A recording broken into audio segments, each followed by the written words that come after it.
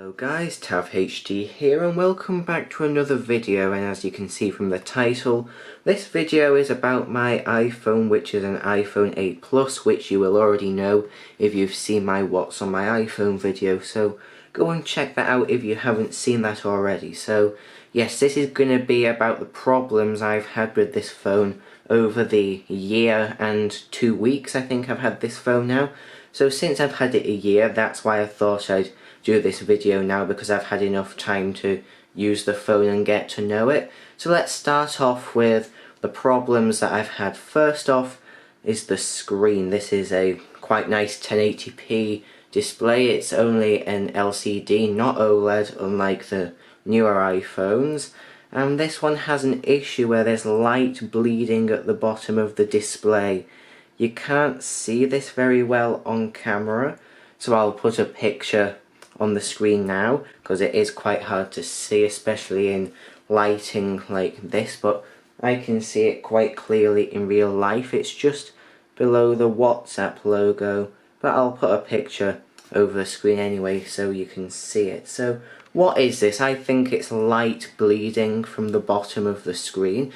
I went on the Apple technical support help website thing, where you can talk to someone who's apparently certified at helping you with Apple things, and they weren't very good. They asked for a picture, I sent it, they couldn't see it properly, even though it was quite clear what the problem was, and basically they told me that I just have to take it into an Apple store to see if they could fix it. I decided not to go ahead with that because they were going to charge me for the repair, even though I did absolutely nothing to this phone for it to have this issue. So I've just dealt with it for about 7 months now, because I don't really feel I should have to pay for something that I haven't even done to the phone really. But apart from that issue, the display is very nice and it does everything I need it to with 3D touch and everything. So yeah, the display apart from that issue is everything that I need it to be. And then also the other major problem I've had with the phone is the storage issues. So let's go and check our storage now and see what it says. It says 23.5 gigabytes of 64 used, which sounds about right considering how many photos and apps I've got here now, but this was wrong until a few weeks ago.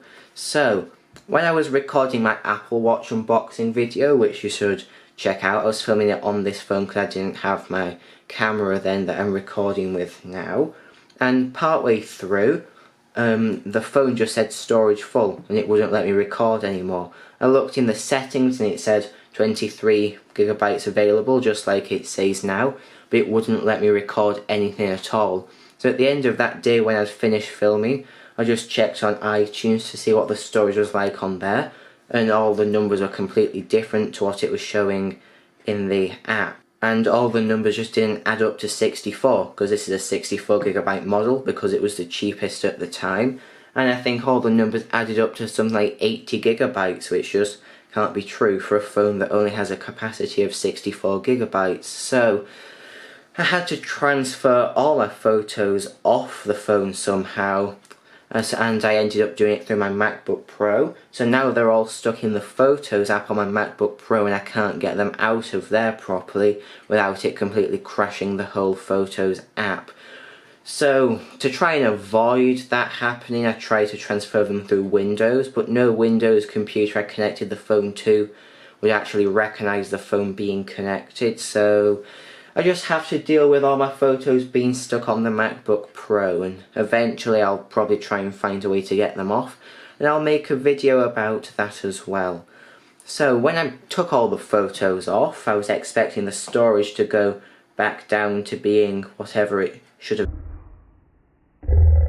been, the true representation, but it didn't. The storage went up. So after I took 4,000 photos off the phone, yes, the storage went up from 23 gigs used to then being 30 gigabytes used, and that made absolutely no sense to me.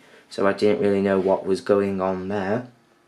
But after a few days it sorted itself out and went down to the number that you were just seeing then. So all that seems fine now, but there must have just been some sort of problem where the phone couldn't understand what the storage on it was, and it just didn't know if it was full or not. So I'm assuming that the storage was full, it just couldn't tell me that for whatever reason. And considering how many photos and videos I had on it, considering they were in 4K as well, it probably was about right that the phone was full. It just didn't know how to tell me.